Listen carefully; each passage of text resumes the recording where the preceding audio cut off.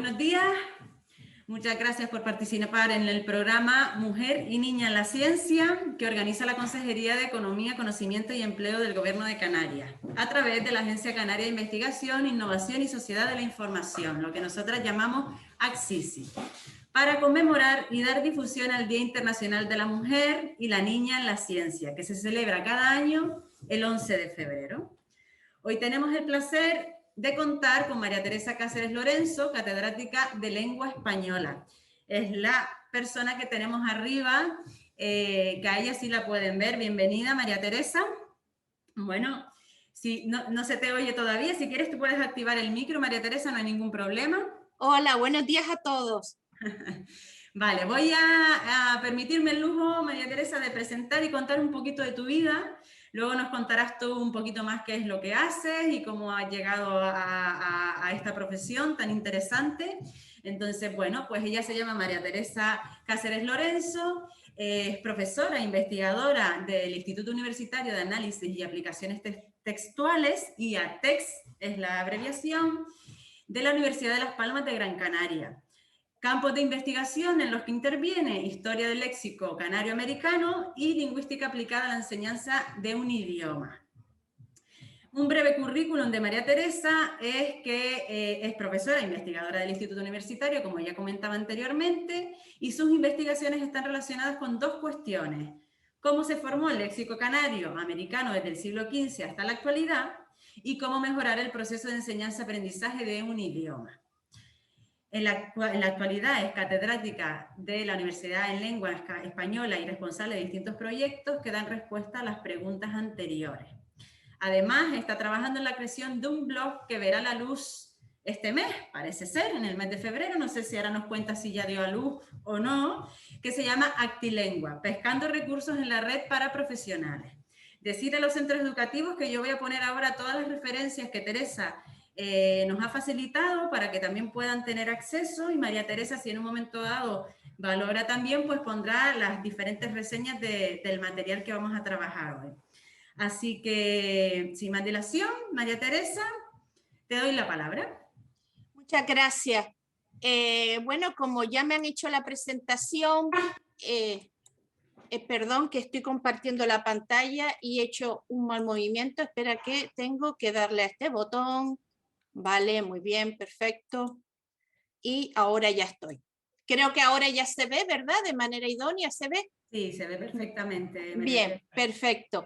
Bueno, muchas gracias por la presentación y muchas gracias por este acto que realmente es muy importante para todas las personas que quieren investigar o que tienen deseos de ser mejores en el futuro, como yo cuando era pequeña también tenía ese interés, ¿no?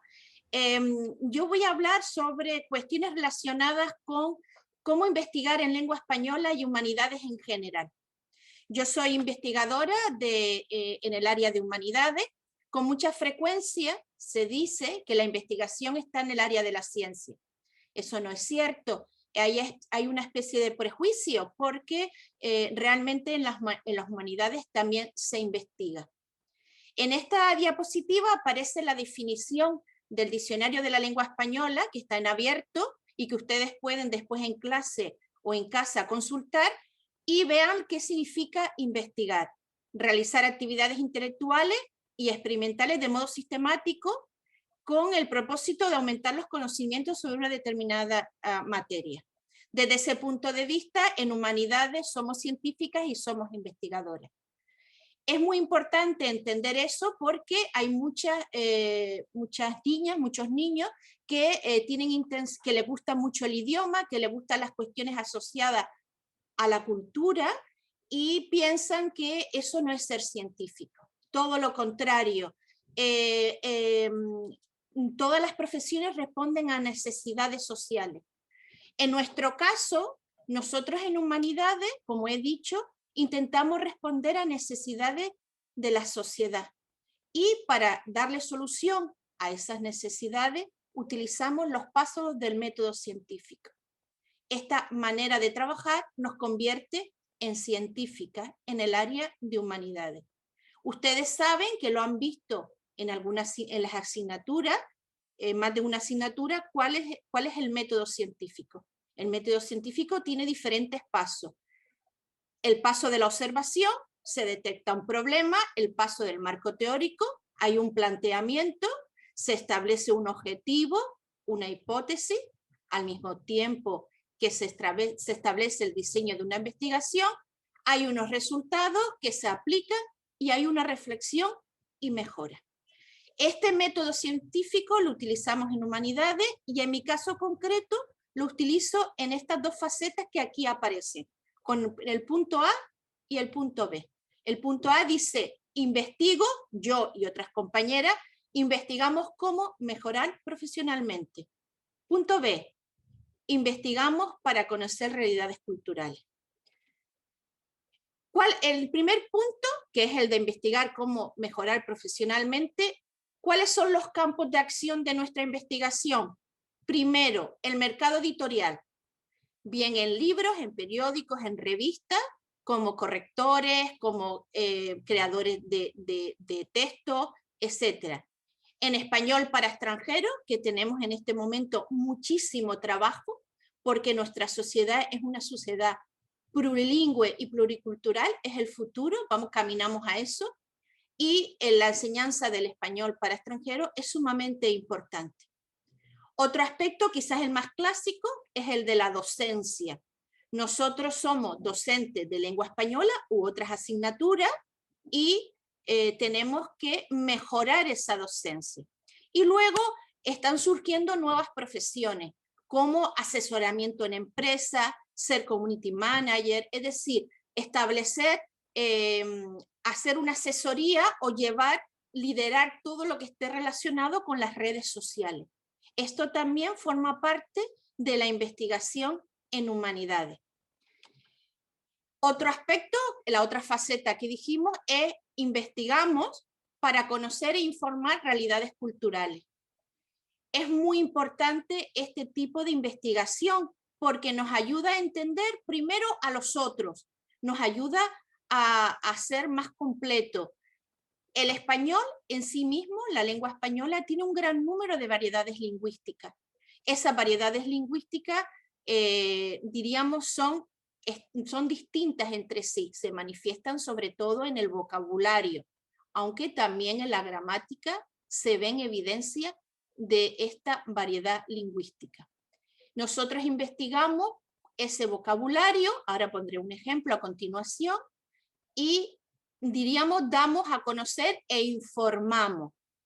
Bien, con respecto a la primera faceta, les traigo aquí un ejemplo.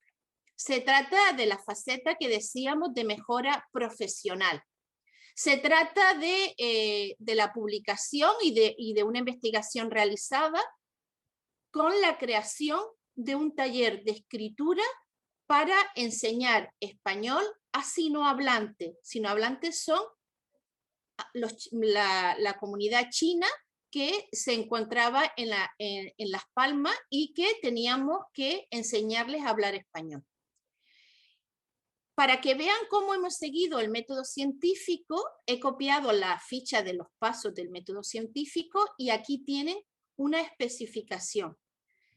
¿Cómo detectamos el problema? Vimos que los estudiantes chinos tienen muchos errores ortográficos. ¿Cuál fue el siguiente paso? Buscamos las variables de esos estudiantes. Vimos qué otras lenguas conocían, por qué existía esa dificultad, los años de estudio en lengua española. A partir de ahí nos preguntamos, ¿cómo podemos mejorar esa ortografía? Y se nos ocurrió que trabajar a través de un taller de escritura que habíamos diseñado para tener en cuenta las variables de esos estudiantes. A través de la aplicación del taller de escritura fuimos capaces perdón, que se me ha saltado la diapositiva, fuimos capaces de ver una mejora. Ahí lo tienen en la gráfica. Pudimos ver cuál era el nivel que partían ellos y cuál fue la mejora que tuvieron con respecto a esa dificultad. Este tipo de investigación es muy importante. En el caso de estos estudiantes chinos, su estudio, su aprendizaje de la lengua española se debía a que querían entrar en una universidad española. Si no aprendían prontamente, con rapidez, el español, se quedaban fuera de su estudio. Este mismo tipo de investigaciones, por ejemplo, las realizamos también con los refugiados o inmigrantes, que durante unos meses tienen la posibilidad de quedarse en España o en Europa si son capaces de aprobar un examen de español como lengua extranjera. El aprendizaje de la lengua se convierte en una necesidad social muy importante. También trabajamos con nuestros alumnos universitarios o con alumnos que están en secundaria y en bachillerato, mejorando todas las necesidades que tienen con respecto a la lengua española u otra lengua extranjera que estén aprendiendo. Con respecto a al segundo tipo de investigación, la de las realidades culturales, les pongo aquí, que luego se lo voy a poner en el chat, una investigación sobre los nombres de los alimentos dulces que se reflejan en el vocabulario. A la izquierda tiene, nosotros en la observación detectamos que en la guía de viaje se encontraba un gran número de vocabulario de alimentos dulces que no sabíamos, no conocíamos y que podríamos establecer una investigación para luego posteriormente informar. Esa información, diríamos, es muy importante muchas veces para un viajero, para una persona que quiera conocer realidades culturales, para leer una obra de un autor hispanoamericano o de otra área hispánica, etc. Los nombres, como ven, son muy curiosos. Son nombres como ahorcaditos, corbata, tarugo, mal me sabe, frente al bien me sabe, que yo creo que lo conocen, frangollo, el nombre canario, que hace referencia a algo que está muy revuelto y que es un postre que se presenta como algo que está muy batido. La palabra trucha, la trucha las conocemos también, que son postres que están en Canarias y en América. Mata hambre, también lo conocemos. Factura, que es un nombre de un dulce argentino. Y retorcido. Como ven, son nombres bastante extraños y que en los foros de internet muchas veces preguntan, voy a ir a Argentina, ¿qué significa factura? Y entonces se realiza una investigación para diríamos, poder, diríamos, rescatar esa información e informar, ¿no? Crear artículos que informen sobre esa realidad. Para realizar esto hemos seguido el método científico, como ven en la parte, en la ficha que aparece abajo, ¿no? Tuvimos un proceso de observación, se detectó un problema, se fue al marco teórico, donde nos informamos de los nombres, del vocabulario de los alimentos dulces en distintos países hispanoamericanos. Nos hicimos la pregunta cómo informar sobre estas distintas realidades y por último establecimos un glosario de nombres extraños. Este tipo de investigación está relacionada con aspectos, con realidades culturales, porque las humanidades atienden, diríamos, uno de los aspectos, una de las facetas, es atender a esas realidades culturales. Esta publicación ha aparecido en varios medios, en periódicos, en varias redes de internet y ahora mismo tiene 6.000 lecturas. Es decir, realmente se trata de una información que cubre una necesidad social, pero una necesidad social relacionada con aspecto humanístico. El siguiente ejemplo nace de un proyecto con jóvenes que nos dimos cuenta que utilizaban una serie de vocabulario que aparecían en el reggaetón. Son palabras que aparecen, palabras como cangri, frontear, bichote, paca, combo, feca, titerito, etc. Son vocabulario que de pronto nos dimos cuenta que aparecía en boca de los jóvenes y que ellos no sabían lo que significaban. En este proyecto se hizo una búsqueda y siguiendo el método científico y utilizando la fuente del diccionario de americanismo y del tesoro lexicográfico, y vimos cuál era el origen de ese vocabulario y cuál era su significado. Por ejemplo, una palabra como bichote, a lo mejor usted dice, bueno, ¿y esto qué es? Lo debo entender de una manera extraña. ¿Esto qué es exactamente? Pues bichote es ser el jefe. Ser el jefe es una palabra que nació en Puerto Rico. Estudiando su origen y su evolución, nos dimos cuenta cómo en las redes aparece toda esta información y cómo las mujeres, por ejemplo, dicen, yo soy una bichota, porque yo también puedo ser jefa, etcétera, ¿no? Diríamos, aquí hay muchísima información. Esto también se ha publicado en diferentes medios y la verdad se publicó antes que el anterior, se publicó en octubre y realmente tiene mucha lectura, la va como por 11.000 lectores, porque realmente es un tema que puede ayudar a informar y a reflexionar sobre el vocabulario que utilizamos. Por último, ya con esto termino mi presentación y doy paso a las preguntas que ustedes quieran realizar. Les he puesto en esta diapositiva otras investigaciones en humanidades que están publicadas en la red.